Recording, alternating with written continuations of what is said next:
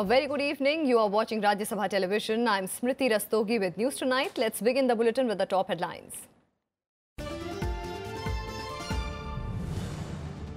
Supreme Court tells Yediyurappa to face floor test in the Karnataka Assembly at 4 p.m. tomorrow, restrains him from taking major policy decisions till he proves majority.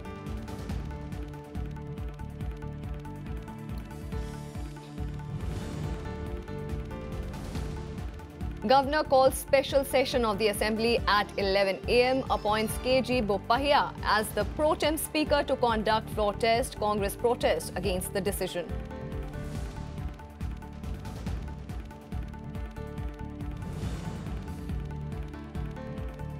Congress alleges BJP trying to lure its legislators with offers of money and post. Union Minister Javadekar claims audio tape is the work of the dirty tricks department of the Congress.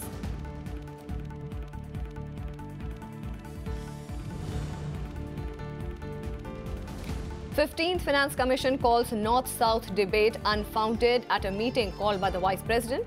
Its chairman and members assure that no injustice will be done to any state in allocating central revenues.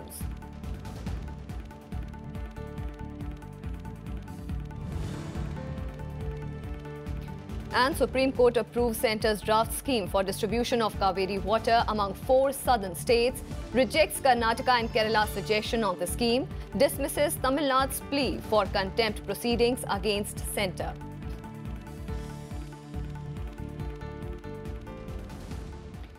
Two days after taking oath as Karnataka Chief Minister, B.S. Yediyurappa will take the floor test in the Assembly at 4 p.m. on Saturday. The Supreme Court, in its decision on Friday, cut down the 15-day window given to Yediyurappa by the Karnataka governor to prove the majority. Ending all speculation, the Supreme Court ordered a floor test in Karnataka at 4 p.m. on Saturday. The 3-judge bench also ended the 15-day window given by Governor Vajpayee to BJP Chief Minister B.S. Yediyurappa to prove majority. The bench said the best course to arrive at a conclusion will be a floor test. The Supreme Court also said oath should be administered to all MLAs before the floor test and that Yediyurappa cannot take any policy decisions until Saturday. The floor test will be held under a pro tem speaker. The Supreme Court also said member of Anglo-Indian community cannot be nominated ahead of the floor test. The court also made it clear that it will deal with the constitutionality of the governor's letter inviting Yediyurappa to form the government later. I have got 100% confidence we are going to get full majority and we will prove the majority. The governor invited Mr. Yediyurappa to form the government is unconstitutional. How they will want to prove the majority? You please put question to BJP leaders, not for me. My responsibility is Congress. They have given me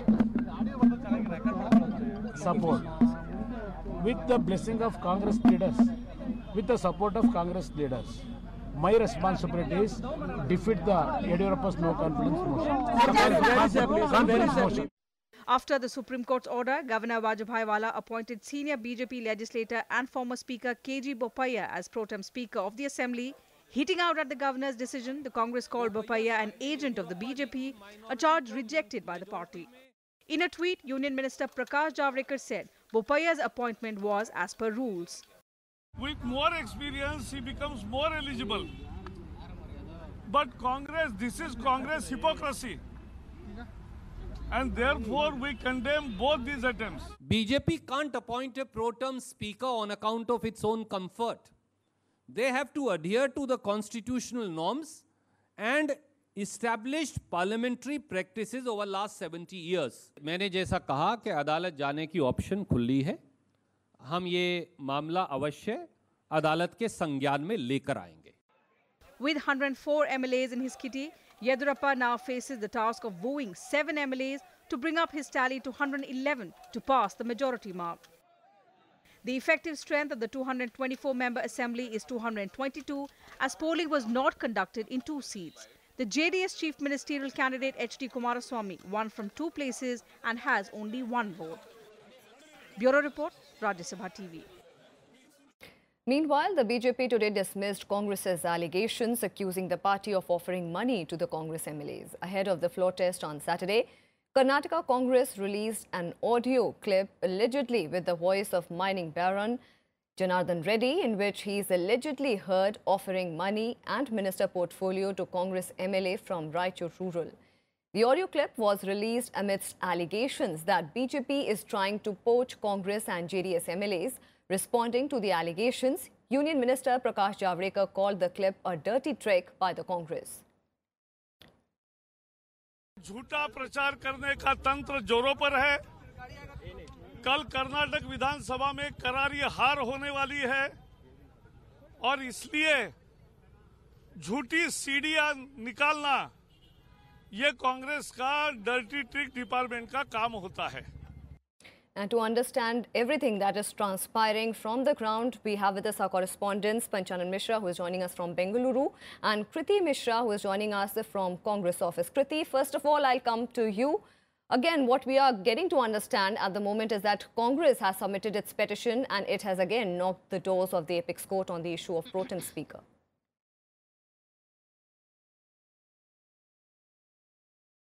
But absolutely, Smriti. So the Congress yet again has reached the threshold of the apex court, getting its petition listed for tonight.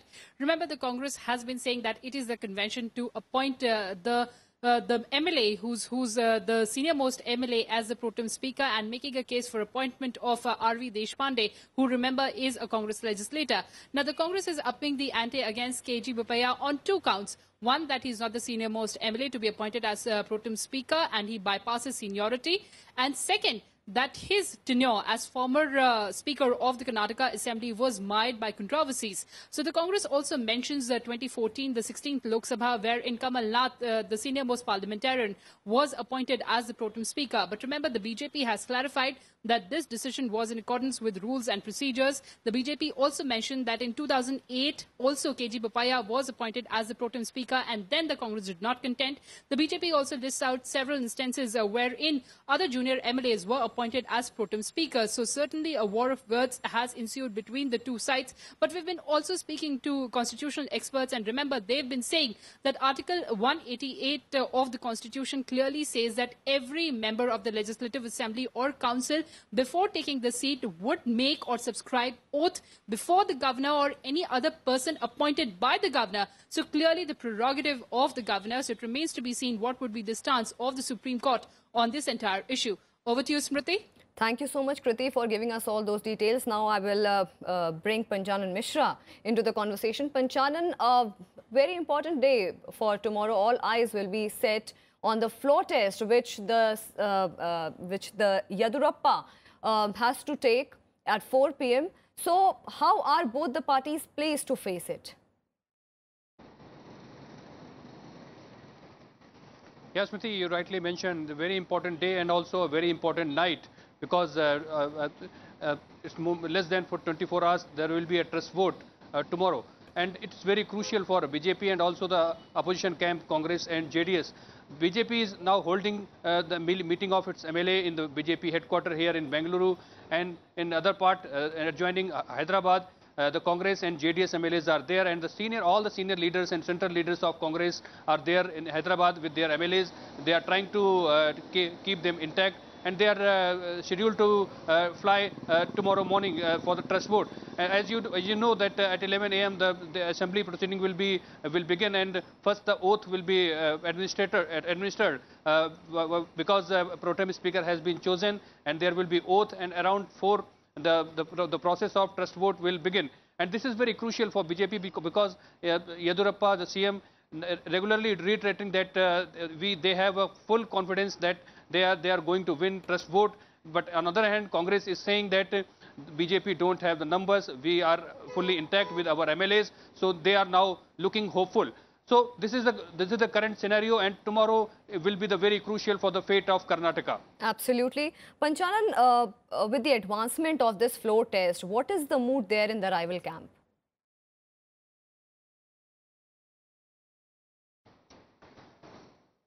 Smriti, it's a very crucial question, because earlier there was 15 days time for the for BJP. Absolutely. But suddenly, from 15 days, when it comes to 24 hours, it's very difficult.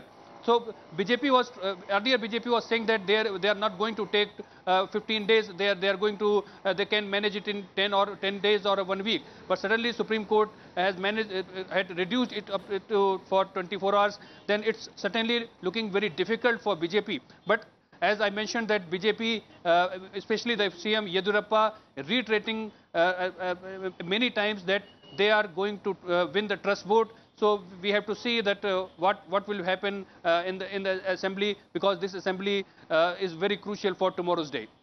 Thank you so much, Panchanan, for getting us all those inputs from there in Bengaluru. And of course, tomorrow remains a very important and crucial day, as all eyes will be set on the floor test by the B.S. Yediyurappa, which will take place at 4 p.m. At the moment, what other news which we are getting for you is the state units of the Congress in Goa and Manipur and the RJD in Bihar met their state governors on Friday, staking claim to form a government in these states, where they are the single largest party, citing the example of Karnataka, where the BJP was invited to form the government. The Congress and the RJD have sought a uniform rule for the governor to follow in case of the hung assembly. The Goa Congress Legislative Party, led by Chandrakant Kavlekar, met Governor Mridula Sinha at Raj Bhavan in Panji and submitted a letter seeking an invite to the party to prove its majority on the floor of the House. In Bihar, RJD leader Tejasvi Yadav, accompanied by the Congress, Hindustani Awam Morcha and CPI-ML leaders, had a meeting with Governor Satyapal Malik. The RJD leader demanded that his party be invited to form a government in Bihar, since it was the single largest party and also constituted the single largest pre-poll alliance. In Manipur as well, 9 leaders of the Congress Legislature Party, led by former Chief Minister Okram Ibobi Singh, met Acting Governor Jagdish Mukhi and staked claim to form the government. The BJP dismissed the Congress's and RJD's move as a stunt. If the Karnataka governor has applied this yardstick, then the Goa governor should take this from her counterpart in Karnataka. We continue to be the single largest party. Call us. We will form the government. We will prove our majority on the floor of the House. Give us 7 days' time. On to some more developments. A meeting of the 15th Finance Commission with Vice President M. Venkaiah Naidu on Friday. The Commission ruled out injustice to any state while allocating resources. The clarification comes amid reports of existence of a North-South divide in the Finance Commission. According to sources, Vice President M. Venkaiah Naidu met members of the Commission over concerns being expressed in various quarters. The Commission informed Naidu that while rewarding states for their past performance, Commission took 2011 population census into consideration instead of 1971. The Commission has to submit its report on determining the transfer of revenues and allocation of grants and aid of revenues by the states by April 1st, 2019. The recommendations of the Commission will be applicable for the period 2021 to 22 and 2022 to 27. And the Supreme Court approved the Centre's draft Kaveri management scheme for the smooth distribution of water among 4 southern riparian states. A bench headed by Chief Justice Deepak Mishra rejected the suggestions of the Karnataka and Kerala governments over the scheme, terming them as devoid of merits. The bench, also comprising Justice A.M. Khanvilkar and D.Y. Chandrachud, said the Kaveri Water Disputes Tribunal's award, which was modified by the Apex Court, has to be taken to the logical conclusion by the Kaveri management scheme. It also dismissed Tamil Nadu's plea seeking initiation of contempt against the centre for non-finalization of the Kaveri scheme. The top court had modified the Kaveri Water Disputes Tribunal Award of 2007 and made it clear that it will not be extending time for this on any ground.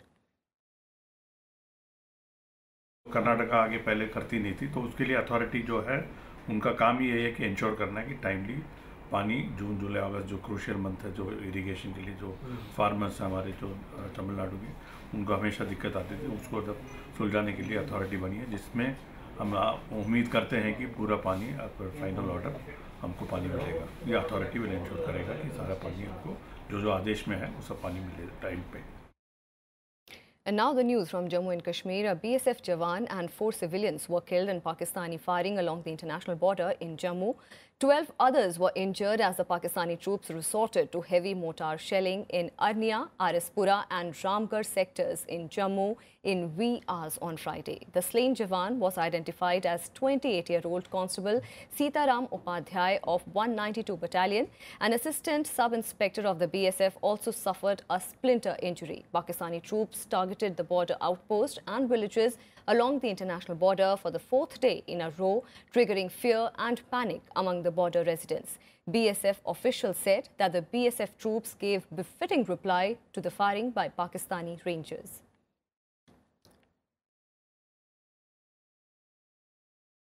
And Prime Minister Narendra Modi will travel to Jammu and Kashmir on Saturday. A multi-tier security arrangement is in place in Jammu for Prime Minister Narendra Modi's visit tomorrow. During his visit, he will lay the foundation stone of 6,800 crore rupees strategic Jozila tunnel. Asia's longest bi-directional tunnel will provide all-weather connectivity between Srinagar, Kargil and Leh. It will also cut down the time taken to cross the Jozila Pass from 3.5 hours to just 15 minutes. Prime Minister Modi will also lay the foundation stones for ring road projects in Srinagar and Jammu. He will also inaugurate the Tarakot Marg, the alternative link road to the cave shrine of Vaishno Devi. He will also inaugurate the 330-megawatt Kishan Ganga power project constructed in the Gurez sector of Kashmir. And now the news from Uttar Pradesh, where Chief Minister Yogi Adityanath has ordered proceedings for strict penal action against former Managing Director of UP Bridge Corporation, Rajan Mittal, and 6 others in connection with the Varanasi flyover collapse, which killed at least 15 people earlier this week. The Chief Minister gave these orders after a 3-member team constituted to probe the lapses leading to the collapse submitted its report last night.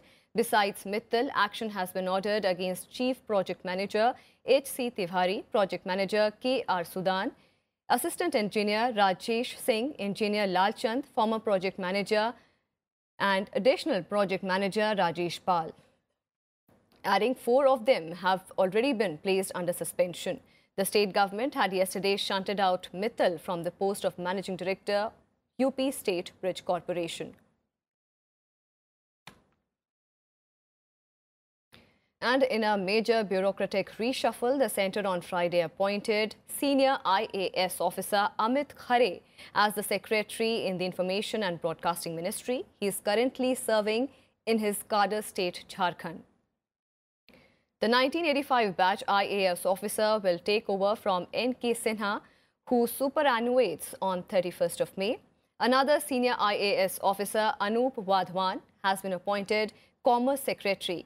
M.M. Kuti has been named as new Petroleum Secretary, and senior bureaucrat Reena Ray, the Secretary in the Department of School Education and Literacy.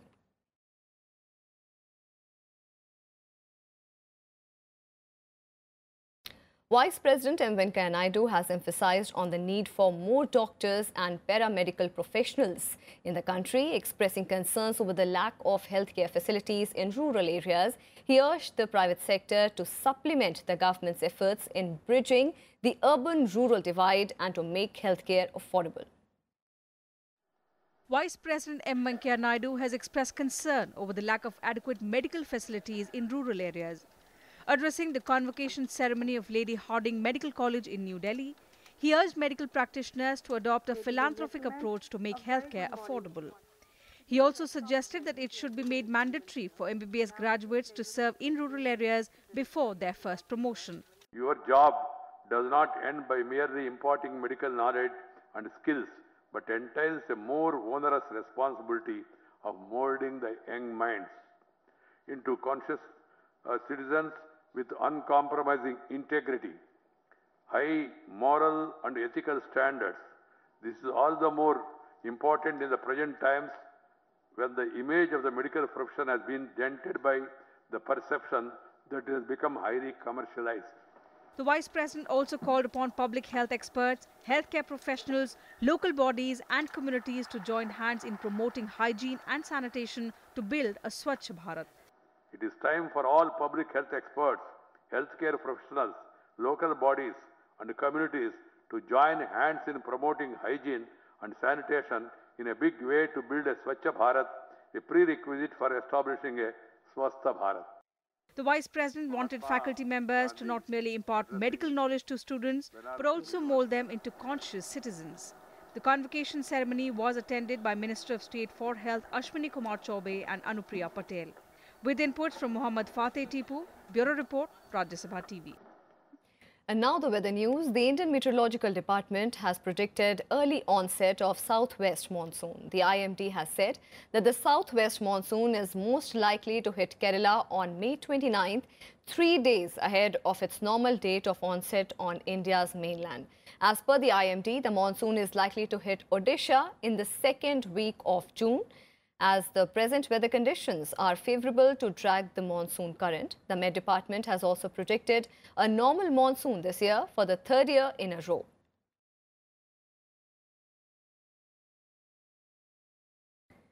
According to Prime Minister Narendra Modi, labour reforms hold key to the success of Make in India campaign, and his roadmap to reforms in the labour sector is Pandit Deen Dayal Upadhyay Shramev Jayate Karyakram.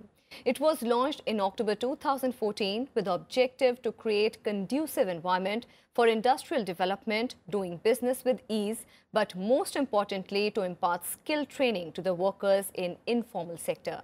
Its impact is now visible at the grassroots level.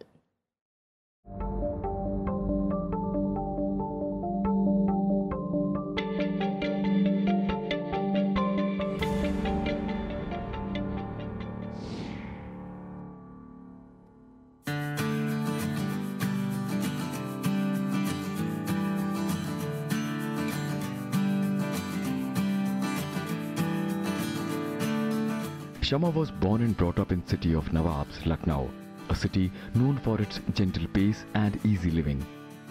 She comfortably lived within her means. Then one day she got married and shifted to Delhi. She was in for a rude shock. Like in any other metro, life in Delhi moved at a fast pace and living was expensive. Shama had to look for a job to meet the expenses. Gradually, she found her feet, helped by the labour-friendly reforms initiated by the government to help informal sector workers. She is quite optimistic about her future now. जो minimum base बढ़ाया है वो मिल रहा है हमको. हमारे जो PF कटता है उसमें हमारा ईएसआई भी कटता है. जो हम बीमार पड़े तो वहाँ ईएसआई जाके इलाज करवा सकते हैं. Jobs in informal sector are inherently unstable and insecure. Workers like Shama were always worried about their meager source of income drying up.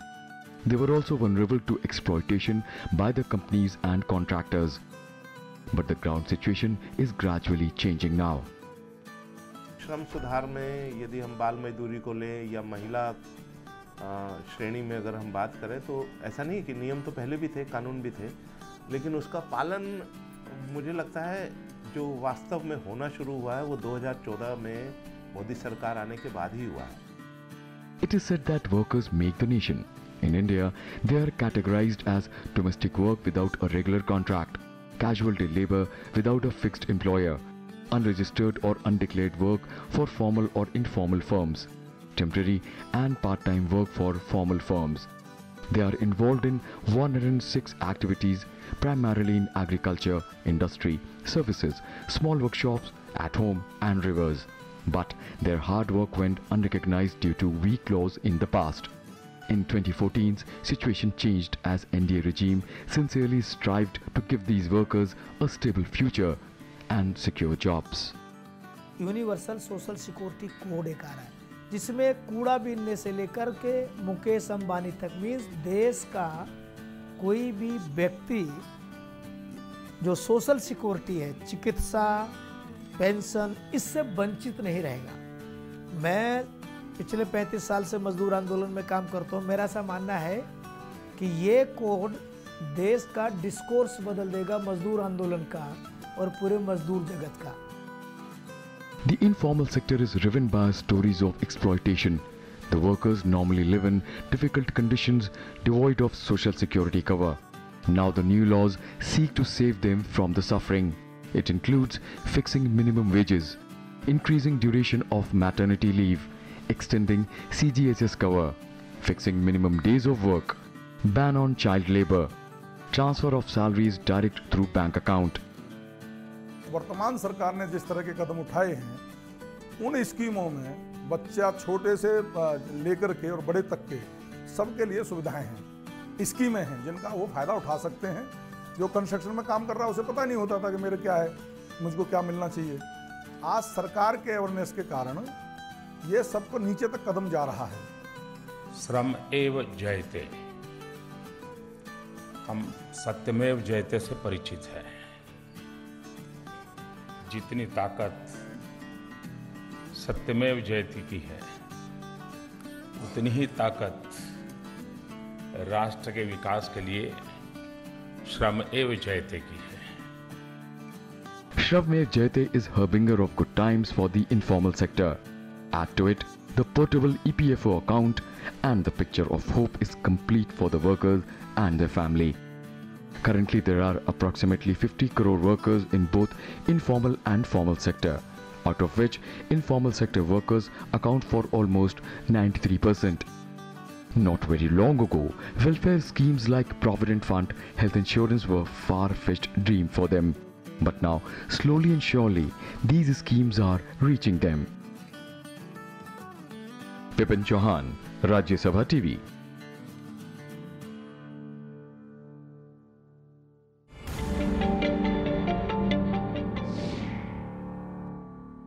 And now some developments from international scenario. 8 people have been killed in a shocking incident of shooting at a high school in Texas in the US. A witness said that an armed person walked into an art class at the Santa Fe High School and began firing. Students were seen running out of the school as they heard gunshots. Injured were rushed to a hospital in a nearby city of Galveston. At least one police officer was injured in the firing. A suspect in the shooting at Santa Fe High School has been arrested, while a second person has been detained. White House Press Secretary Sarah Sanders said President Trump has been briefed on the shooting and is receiving regular updates. This is the 3rd school shooting in the past 7 days and the 22nd since the beginning of the year in the United States.